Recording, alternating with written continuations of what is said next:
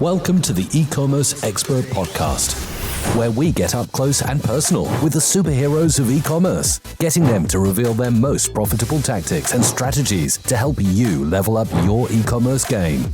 So fasten your seatbelt and get ready for an info-packed ride with your host, e-commerce entrepreneur and digital marketing OG, Derek Gale. Hey, welcome to another episode of the E-Commerce Expert Podcast. Today, we're going to be talking about Amazon, but a little bit different than some of the other Amazon guests I've interviewed. You know, I've talked to a few different Amazon people on this podcast already. Obviously, it's the biggest freaking marketplace in the world, so it is a popular topic. But the people I've been talking to were typically pure Amazon players. Everything they did was on Amazon. And so we're gonna have a bit of a different conversation today, and more focusing around Amazon and how to leverage it. I don't know if you want to call it a co-channel, another channel for your D2C brands. And so today's guest is another e-com superhero with extensive experience helping 7- and 8-figure businesses build on Amazon, D2C brands, bringing that onto Amazon. And he's got a lot of industry experience, including a multiple 7-figure exit of his own brand on Amazon a few years back. And today he's currently working with lots of different top brands, D2C brands like The Ridge, the Woobles, Beard brand. These are all from Shark Tank. And so I think this is going to be a fun, interesting conversation. So without further ado, I'd like to welcome Ken Freeman to the show. Ken, thanks so much for being here. Derek, man, really appreciate it. Happy to be on the show. The Ridge. It's funny. I actually have that wallet.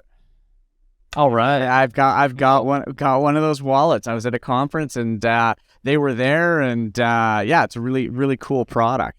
It should last a lifetime. It's a great product. It's bulletproof, and I love how you can actually take it apart, different size screws. You know, it's a pretty cool. It is bulletproof, and it saved a life before. Actually, has it taken a bullet?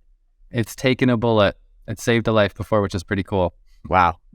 That's it. Are they using that in their marketing? They absolutely have, yes. Okay, good. They must. All right, well, let's start off at the beginning. Give us your quick story, what you've done, your history. Yeah. Long story short, I've been in the e-commerce space for nearly a decade. Started super bootstrapped with an Amazon-specific brand.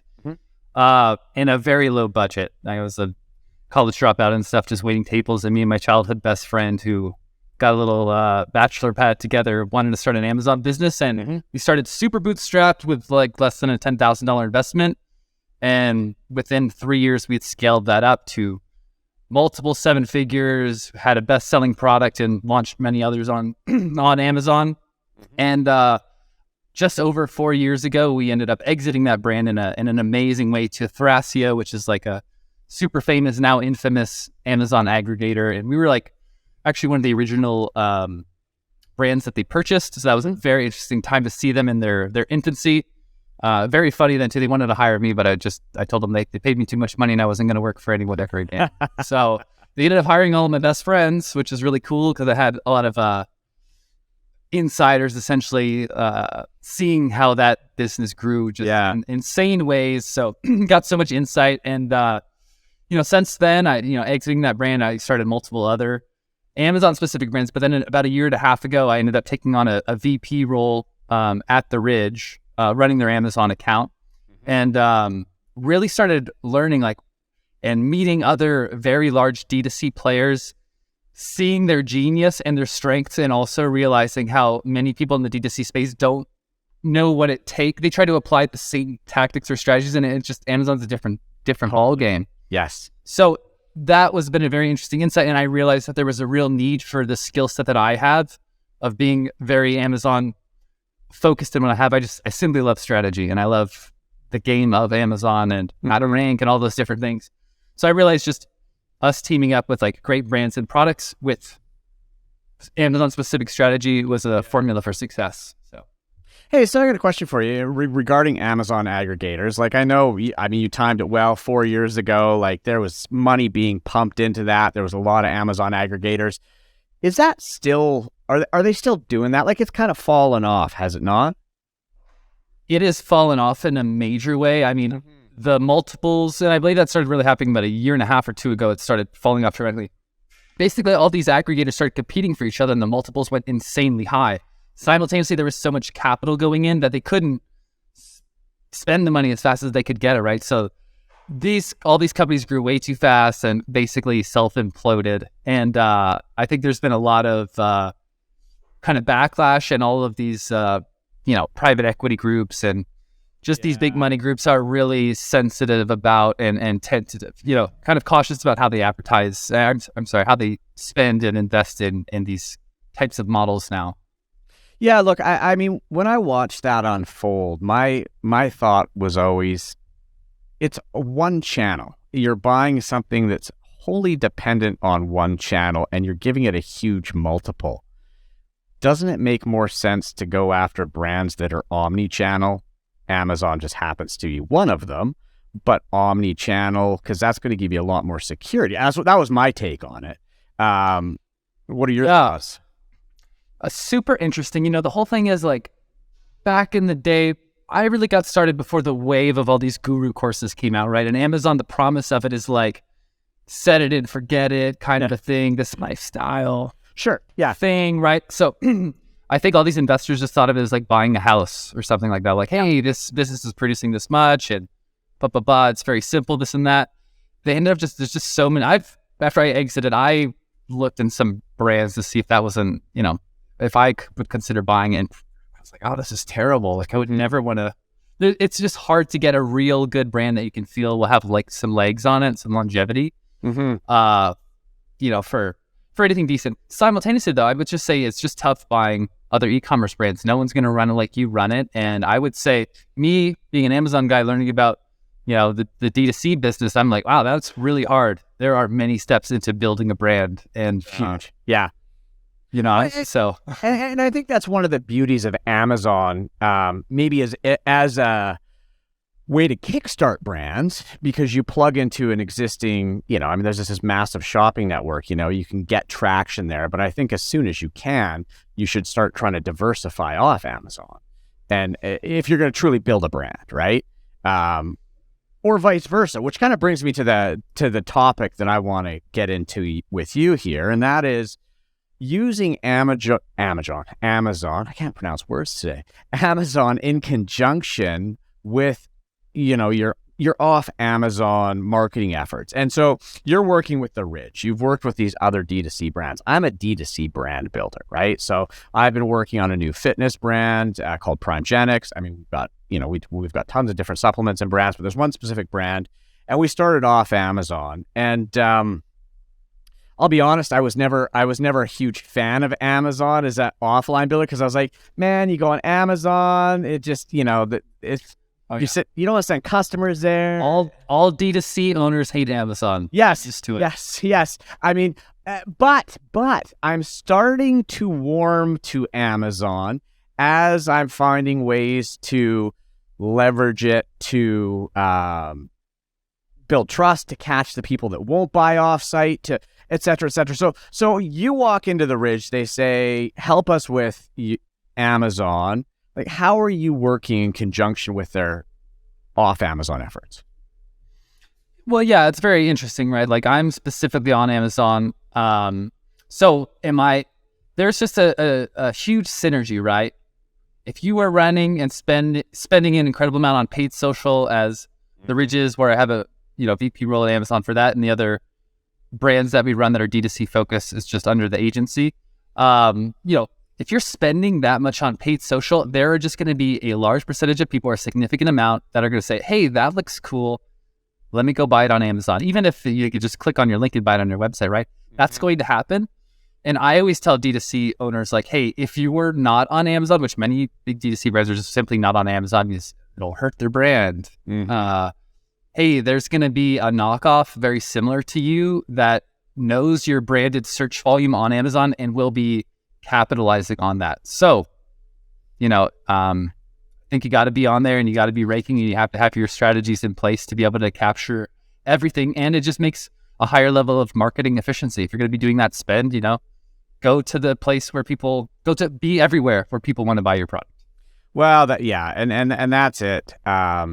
Just to kind of back up what you said there, we've started scaling up a new Facebook campaign for this brand, and at the same time we did that, we launched it on Facebook or on Amazon, and it's really hard to measure, but I'm going to estimate that half of the sales generated from Facebook, although it links to our site, happen back on Amazon.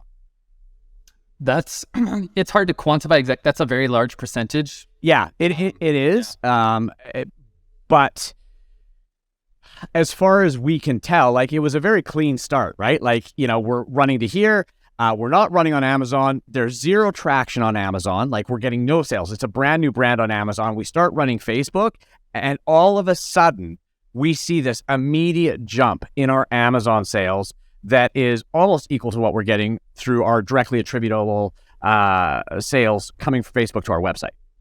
That's awesome. I mean, I hope you take that as being awesome, right? Because and I did.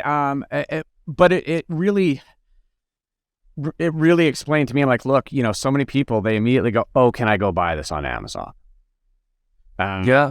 And if you're not there, back to, I think, what you were talking about is well, the person that's got a similar brand. Someone is there. And therein lies the problem. So you do need to be there. So okay, so when you came into the Ridge, were they already on Amazon? Yeah, absolutely. Yeah, okay. And so how are you working Amazon to support their efforts? Yeah, so so many of the D2C brands, we also just started working with Hexclad, which is, right. I mean, incredibly huge brand. The very interesting thing is people are going to go and search for your branded term plus main keyword, whatever that may be. Ridge wallet, Ridge wallets for men, or whatever, pick whatever you want, right? Because Amazon is really, to me, it's deeply about where you're ranking for your keywords and how is your PPC performing on a keyword level, and knowing all those metrics on a keyword level, because how do people buy your product? They search for it a particular way, right? So D2C owners actually have a huge advantage over your standard private label seller, right? That doesn't have any brand presence, because when people search for your brand plus your main keyword, you're actually going to get a little boost for that non-branded keyword, right? So I feel the overall D2C, there's many things, right? But on a very, foundational thing though, is like, hey, efficiently capture your branded terms, your branded purchases on Amazon with efficient and very, very low ad spend, because it's like, hey, people are already searching, they want your product. Make sure no one else is stealing those products. And then the real game is, how can I win those high search volume, highly relevant non-branded terms? And that's where, because Amazon is the most bottom of funnel place there is. People go on Amazon to make a purchase, right? Yeah. So in the top of funnel, you're having to educate people about your brand and your products and everything like that. So capturing all the branded in a very efficient way, and then you're receiving a benefit though. If you have a strong brand presence, you will see a natural uplift to a certain degree. Yeah.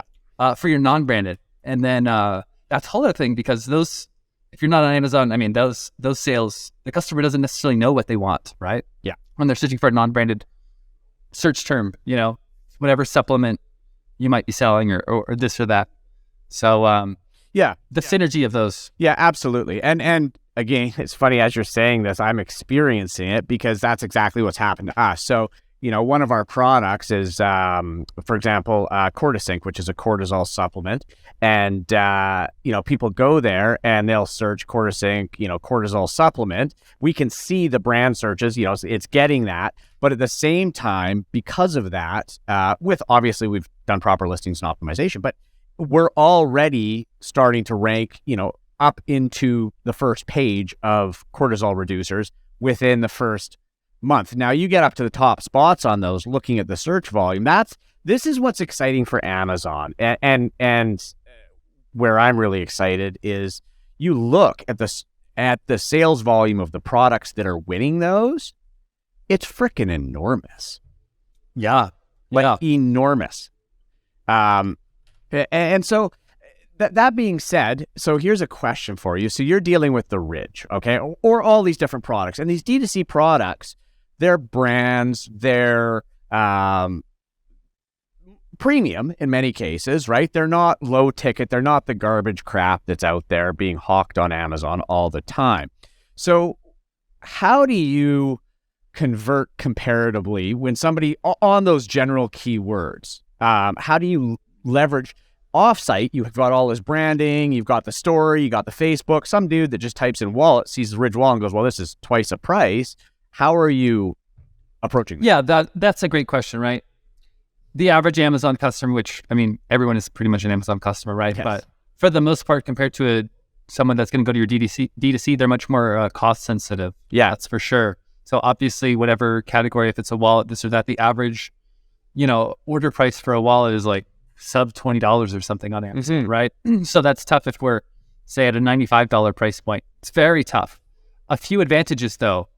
One, if you're as big as the Ridge or some of these other brands or a Hexclad or this or that, people know that brand, right? So if they search for that non-branded and they weren't expecting to buy your product, but there you are and your rank is solid, your conversion rate, if you're significantly higher, is going to be lower than the average $15 to $20 wallet, which the person just decides right then and there. There's no thinking about it kind of a thing. I won't even, we can get into it later, but of course the listing must be highly optimized in all ways with video, premium A+ content, and all the, so many top D2C brands, their content creation is just on a whole other level. Yes. What your average private label guy is going to be. But also I would say the margin is going to be significantly larger as well. Some of these brands were willing to pay much, much more at a cost per click that a $15 wallet or insert whatever product you wish to mention wouldn't be able to pay. So even if the ACOS doesn't look that sexy on paper, it's like, hey, if there's a profit to be had there, and I think actually depending on what phase of the business you're in, for many different people, for you depending on where you're at on Amazon with your reviews and everything like that, I mean, I think running at break even or a small loss for all of your non-branded terms for a while as you watch the organic rank rise would be very well worth it, right? So because PPC is this lever, and I think the margins of premium priced products that are premium quality are going to naturally have better quality reviews, all of that. If you can play the long game, generate a lot of your profit from the branded terms, if that, depending which company you are and where you're at in your business, if that is significant, you've got your profitability coming that way, and then you say, hey, I'm going to play the long game and really try to generate a ton of reviews and rank for these very important terms. Your conversion rate, if you're priced much higher, you're never going to match the conversion rate. But there's different things you could do. PPC being one of those levers that has to be used very well, used very wisely, is a good way to do that. Yeah, that makes sense. I mean, if you have a higher profit, you can spend more to get customer and win on the ads. Pretty straightforward, right? And you can own the top spots, right? You're like, hey, this guy's not willing to spend $3 or $4 a click. I am. Here I am. Yeah. Yeah, well, one of the things I found amazing, though, when you get onto Amazon PPC versus, say, Google and stuff where the ROAS is just so ridiculously high. Like your return on ad spend is so damn high because it's buyers, straight up buyers. Yeah. I don't like Jeff Bezos. I know there's lots of things that suck about Amazon, but people are going there to buy. And I'm extremely data oriented. So, I mean, I'm tracking my keywords every single day, my conversion rate, my market share, click-through rate on a keyword level for everything. And I think if you stare at the data long enough and you plan a good strategy, no matter where you're at, you can really strategize on how to profitably grow on Amazon. And it's one of the most important channels. So everyone should be there if you have a brand. Well, I agree. Because if you're not, somebody else is just capturing all the people that went there to look for that type of a product that you created, right? So, looking across the different brands, I mean, obviously you have experience with a lot of different brands. Is there kind of a percentage of sales that Amazon contributes that you're sort of shooting for when you're talking these D2C players?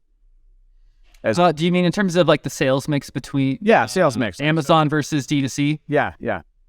It just can vary way too much. It depends on how powerful the D2C brand is. And I work with some brands where it's like your .com is the place, and everything else pales in comparison. And then maybe our Amazon will be roughly at 20% or of the greater mix of the business, which is very significant in many cases, right? It just depends. And I'm talking, I talk to so many different brands all the time. Sometimes it's a 50-50 split and this and that.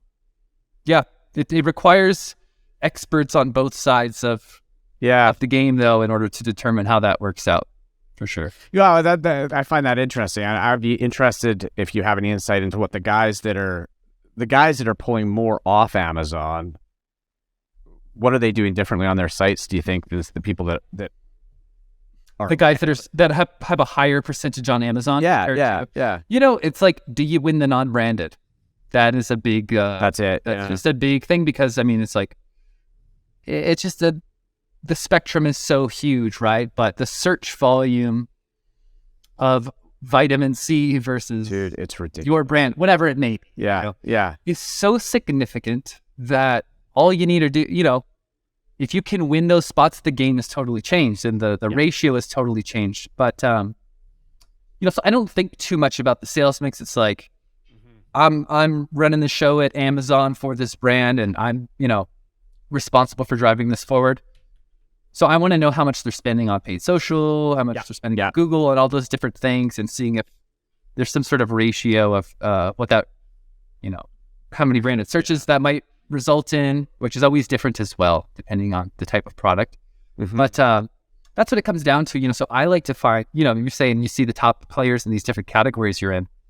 I like to use all these cool tools. Everyone knows Helium 10. There's so many different real deep, cool Amazon data tools where I like to reverse engineer. I want to see, hey, what are these top 10 guys doing that I'm not yet, right? So we can put their ASINs and all of these different tools, and we can find out, hey, it can scrape, basically compile all of the most highly relevant keywords, the relevancy for those keywords, and then where each of these competitors is ranking. So I can see, hey, well, this guy's got this much branded search volume, this guy's got this much branded search volume, but hey, look at this. He's in the top 10 spots for this keyword or that keyword. So you basically can kind of create your game plan. Like, hey, if I want to be where this guy's at, these are the keywords that I need to win, tracking, where they're spending. Yeah. You get a feel of like what their strategy is. Reverse engineering their strategy, trying to replicate. Okay, so let's dig into some tactical stuff here in terms of actually ranking for those keywords. I mean, that's like the holy grail. If you get there, getting the generic keywords, getting up to that slipstream of the top places, what are the key levers that you're pulling in terms of optimization, in terms of pushing those rankings up? What impacts that? Yes, Amazon rewards high volume, high sales velocity, first of all, right? How does Amazon make money? I mean, they make money through ads, and they make money through all of the fees when you make a purchase on the product, right? So Amazon is a pay-to-play system. So you want to be generating a very high amount of sales, and you want to have a great conversion rate. When people search for your main keyword, you want to convert obviously better than your conversion rate times sales velocity, some ratio of, it's not public knowledge what their algorithm actually looks like, but those are the two main factors, right? So PPC is an incredibly powerful lever. And honestly, I mean, when I sold my company over 4 years ago, the amount of paid ad spots compared to today, it's not even close. So Amazon, there's just paid ads, sponsored ad placements everywhere. So you have to do that very, very well. And if you're not Amazon, if you're not paying them through paid ads, I think you can't hold the top spots really. Yeah. So you have to have your strategy of like what we call your golden keywords, kind of the 80-20. What are those keywords that are really your most important ones? And you got to really kind of aggressively spend to maintain those. So that's, and then there's all different tools. Amazon has like an internal A/B testing tools. You could test your main images. I have tools that we've developed as well, where you just like test your pricing and see how that affects click-through rate, conversion rate, etc. Highly converting listing videos.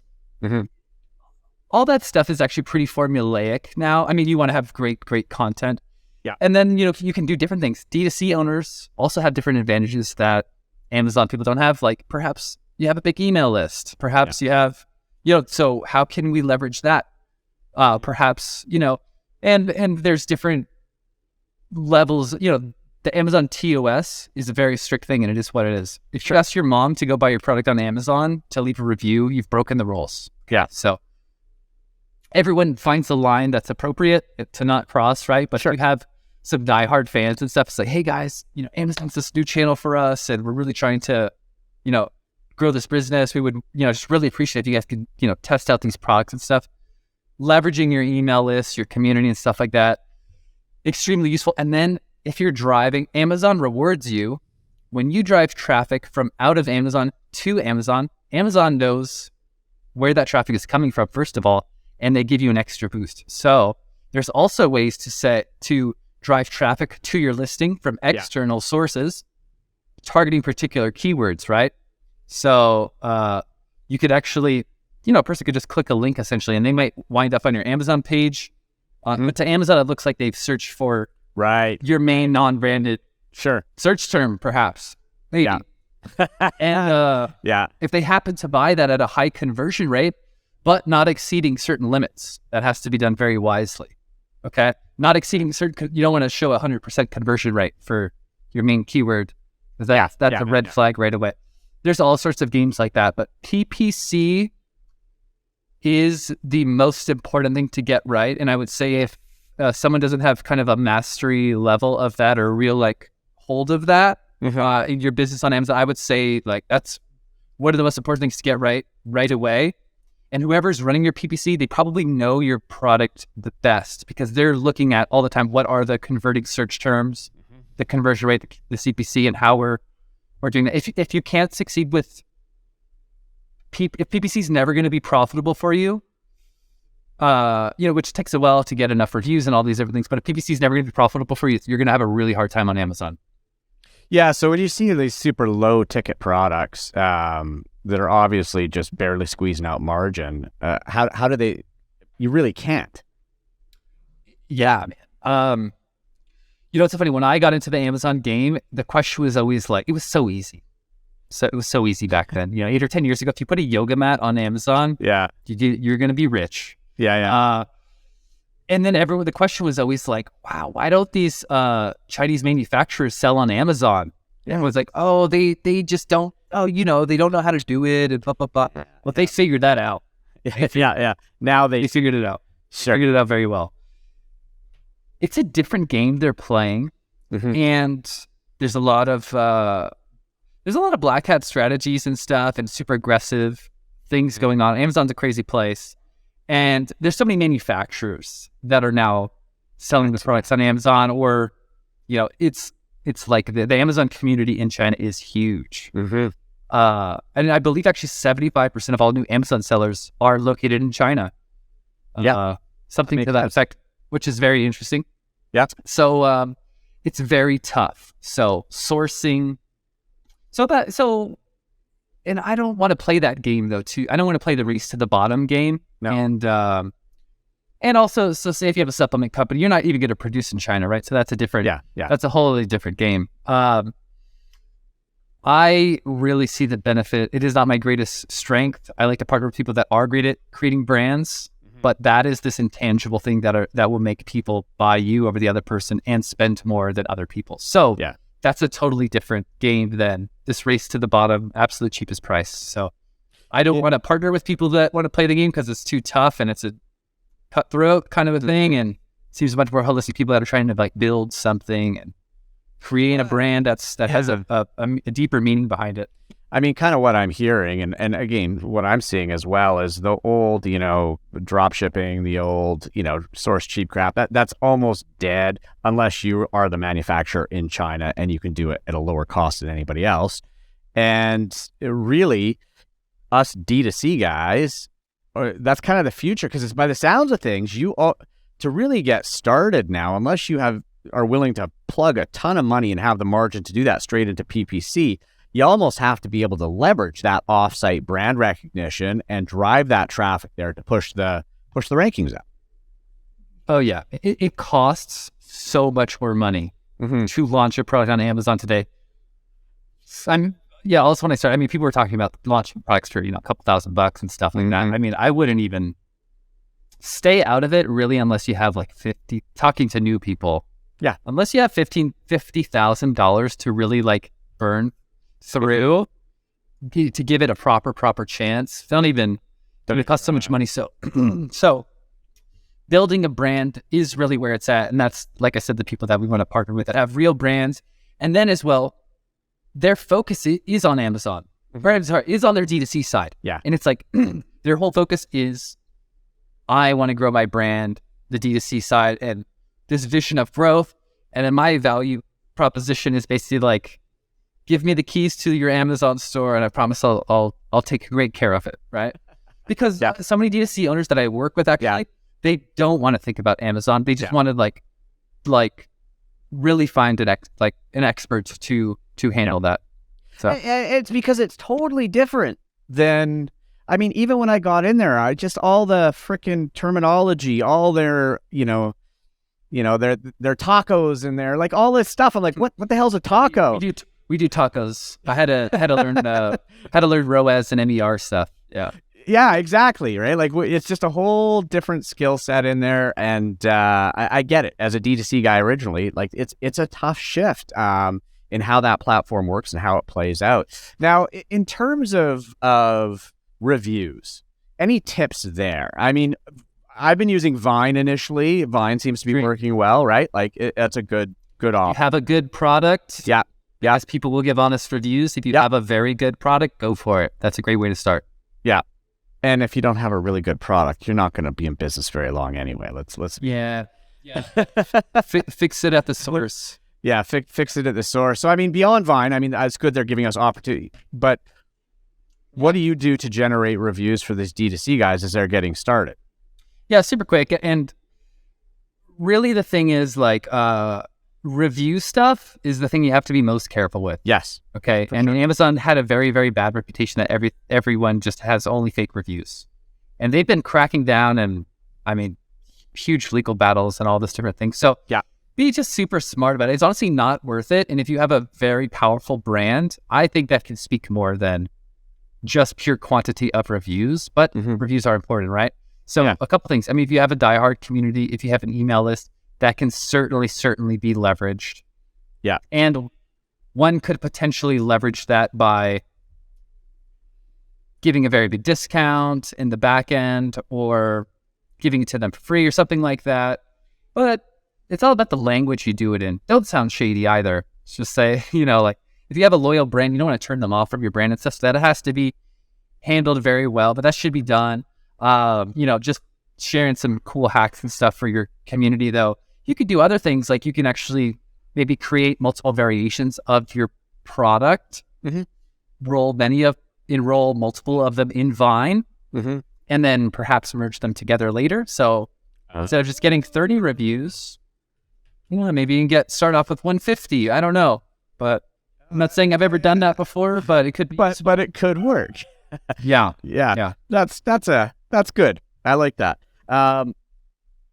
And in terms of actual listings, I mean, so much of the crap you see, you just go there and it's just, picture product, couple different pictures, some really bad ad copy. What do you recommend with listings? What makes them work? What makes them tick? Yeah, I would say it was weird for me when I first started, running the Amazon side for D2C business. I would see their website and the listings are so minimalistic in general for D2C brands. Whereas if you go to Amazon, I think actually what converts best is like a ton of eye candy. In your main image, there's so many rules, right? Where you're just like only supposed to be product and white background, right? If you could put as much, and it won't always work, right? There's little ways around it. But if you could put different types of complementary products or a hand or this or that, or if you have a basket, put some fruit in it, you know what I mean? So sure, embellish the product a bit. Yeah, that really helps, right? Because Amazon, of course, is a marketplace. It's not just people going to your site and they can only buy your products, right? Yeah. So people search for the product and they scan through. You got to pop out, okay? There's tools that are very cool. I'm not associated with it, but I find them great. There's one called IntelliVie, and it's like a voting platform where you could basically put your main image and you could put other main Amazon competitors, and it kind of makes it look like Amazon search results. And you could basically have people to vote, like, hey, which one would you pick? And hey, what do you think about this one? What do you think about that one?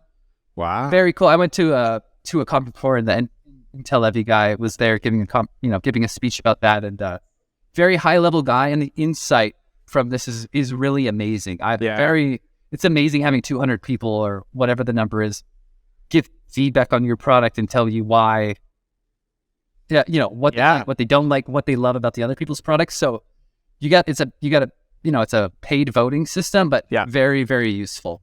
Main images, everything. That's interesting. Well, I mean, we think about it. It's what is it that catches your eye when you search there? It's the image. It's all. I mean, that's the first thing. And if it doesn't catch your eye, nobody's stopping, right? Yeah, absolutely. So it's just like you've got to stand out in the crowd. Mm-hmm. You've got to stand out in the crowd, and also it's just like if you also just psychologically, if you're at the top, whether that be organically or through a paid ad, your being at the top of search gives the perception of much higher validation, right? So that just also stands out. If you're at the bottom, if you're not on page 1, you're just not going to get anything really. Nobody goes, I think less than 20%. I don't know the exact number. 80% of roughly all purchases are from page 1 on Amazon, roughly. So you got to be there, and then the closer you are to the top, probably the higher you're going to convert as well, because people just naturally perceive higher value. Bestseller badges and finding the right categories to be in for yourself, where you have an opportunity to win the bestseller badge, that changes your conversion rate. I mean, there's just so many Amazon choice badges, which are on a keyword level. So there's just lots of different flair and different things like you can do. Running 7-day deals is a great strategy, and I would really recommend that some brands are more protective of their pricing than others. Sure. I would say to a lot of your listeners, though, really, and then you have to really synchronize your PPC strategy, and you have to synchronize your inventory strategy. But running 7-day deals as often as possible will help increase your organic rank. So running which you can run roughly like once a month. So I would say keep that premium price at the top, run those 7-day deals as often as possible. And then when you're running the 7-day deals, first of all, make sure you're stocked up on inventory. And then besides that, making sure you are spending more on ads, because your listing's going to convert at a higher rate, because the customer you'll have some flair on your listing. So interesting. Very important things. Very good. Awesome, man. Well, look, we're about to run out of time. So before we wrap up, the big question is, where can people connect with you? Yeah, I'd love for your fans to reach out. Our website is called fullcircleagency.com. We really particularly we love working with the D2C brand specifically. All the things that we're talking about, this is like what I talk about all the time with other D2C owners, of how we can synergize what they do on Amazon. That's really our specialty, and that's what we want to stick with. So not everyone is the best fit for us, but 7-8 figure brands are really who we work with. My goal at Full Circle is to really build the best-in-class agency in the world, Amazon agency specifically. And the only way we can do that is by crushing it for our clients, right? So if we do a crappy job, that doesn't assume that, that doesn't achieve that. So, I really feel confident that we're crushing it for all the brands that we're working with. So, please reach out, fullcircleagency.com, and we'd love to talk. Amazing. Brilliant. Awesome. And you've already got quite the list of clients. So you guys got to be doing something right there. That's awesome. So, so first of all, thank you for being here. Thank you for sharing. Truly appreciate it. And maybe we'll do this again in the future. Would love the opportunity, man. Thank you, guys. Awesome. All right, everybody. That was Ken Freeman. And as I always say, there was a lot of actionable things that he shared here today that you can do to just achieve more success on Amazon. And if you're not using Amazon and you're a D2C brand and you're anti-Amazon like I was, I've seen the light, and I am now embracing Amazon. And honestly, the results are blowing my mind. And when you get a tool like Helium 10 and you start to see the potential in certain generic keywords, or just the general keywords in certain categories, the sheer volume of product that has moved from that platform is absolutely mind-boggling. So if you're not on Amazon, you probably should be. And on that note, this episode is a wrap, and we'll see you guys again real soon. Bye for now. Thanks for tuning in to the E-Commerce Expert Podcast. If you liked what you heard, make sure to give us a virtual high five by rating, reviewing, and subscribing to the show on your favorite podcast platform. And don't forget to check out our website at ecommerceexpert.com for show notes and bonus materials. See you in the next episode.